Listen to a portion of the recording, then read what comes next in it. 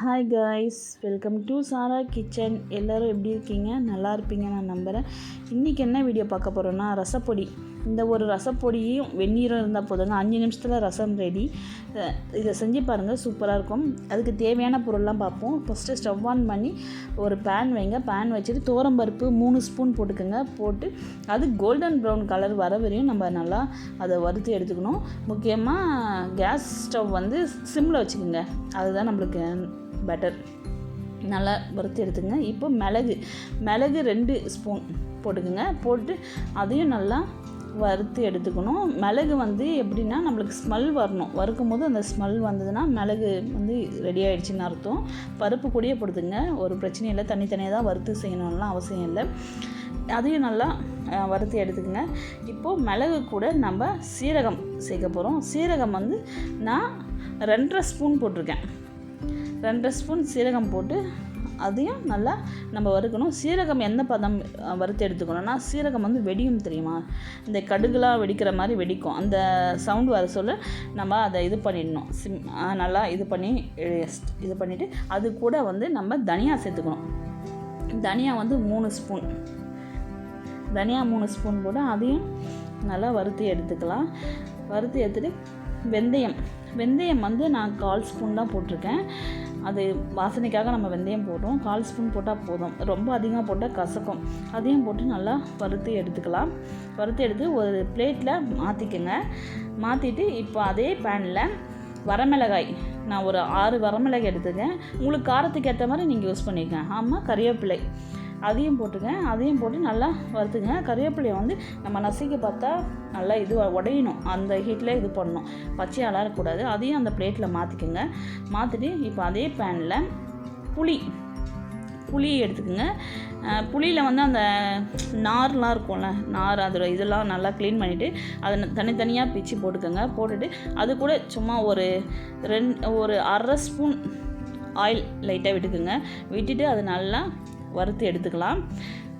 வறுத்து எடுத்தோடனே இப்போ இடித்த பூண்டு அதையும் போட்டுக்கோங்க. கடாயில் போட்டுட்டு அதையும் ஒரு 1/2 ஸ்பூன் ஆயில் விட்டு அதையும் நல்லா கோல்டன் ப்ரௌன் கலர் வர வரையும் நம்ம நல்லா வறுத்து எடுத்துக்கணும்.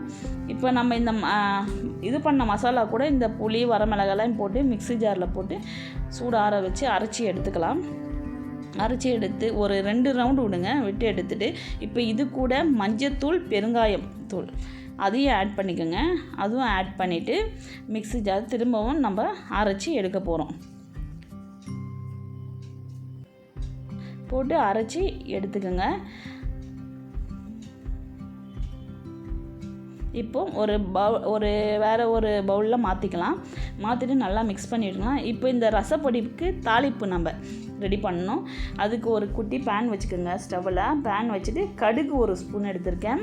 சீரகம் சும்மா கொஞ்சமாக எடுத்திருக்கேன். அதுக்கப்புறம் வரமிளகாய் ஒரு 5 வரமிளகாய் எடுத்திருக்கேன், அதை சின்ன சின்னதாக கட் பண்ணியிருக்கேன். அதுக்கப்புறம் கறிவேப்பிலை இதை போட்டு இது சிம்மில் வச்சு நல்லா நம்ம அதை வறுக்கணும். கடுகு வந்து பொரியணும், கடுகு சீரகமும் பொரியணும். அதே மாதிரி கறிவேப்பிலையும் வந்து நல்லா அது இதுவாகிடணும். அது இப்போ நம்ம அந்த பவுலில் போட்டாலும் ரசப்பொடி, அது கூட இந்த தாளிப்பத்து மிக்ஸ் பண்ணி இது பண்ணிக்கோங்க. மிக்ஸ் பண்ணிவிட்டு நல்லா ஒரு இது பண்ணுங்கள். நல்லா ஒரு டைட்டான ஒரு கண்ணாடி பாட்டில் எடுத்துக்கோங்க. போட்டு வச்சா நம்ம ஓப்பன் பண்ணிவிட்டு திரும்ப நல்லா டைட்டாக க்ளோஸ் பண்ணி வச்சா இது வச்சு யூஸ் பண்ணலாம். 1 மாதம் வரை யூஸ் பண்ணலாம். ஃப்ரிட்ஜில் வச்சு யூஸ் பண்ணலாம். ரொம்ப ஈஸியாக இருக்கும், நல்லாவும் இருக்கும். இப்போ நம்ம ரசம் எப்படி செய்கிறதுன்னு பார்ப்போம். அந்த பொடியை வச்சு இப்போ ஸ்டவ்வில் தண்ணி கொதிக்க வச்சுருக்கேன். ஒரு 2 டம்ளர் தண்ணி வச்சுருக்கேன். நான் தண்ணி கொதிக்க வச்சுருக்கேன், பெரிய டம்ளரில் வச்சுருக்கேன். இப்போ ரசப்பொடி ஒரு கிண்ணத்தில் 2 ஸ்பூன் போட்டிருக்கேன். இப்போ கொதிக்கிற தண்ணியை எடுத்து ஊற்றிக்கோங்க. ஊற்றிட்டு இப்போ அது கூட வந்து நம்ம தக்காளி பொடியாக நறுக்கிய தக்காளி போட்டுக்கோங்க. போட்டுட்டு அது கூட கொத்தமல்லி போட்டுக்கோங்க. கொத்தமல்லி அப்படியே தூவி விடுங்க. தூவி விட்டுட்டு இப்போ உப்பு நம்ம தேவைக்கு ஏற்ப உப்பு சேர்த்துக்குங்க.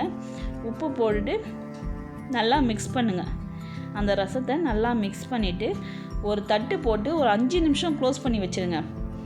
இந்த சூட்டிலே தக்காளிலாம் வெந்துடும். ரசம் சூப்பராக இருக்கும். ட்ரை பண்ணி பாருங்கள். வீடியோ பிடிச்சிருந்தா லைக் பண்ணுங்கள், ஷேர் பண்ணுங்கள், கமெண்ட் பண்ணுங்கள், சப்ஸ்கிரைப் பண்ணுங்கள். கண்டிப்பாக ட்ரை பண்ணி பாருங்கள்.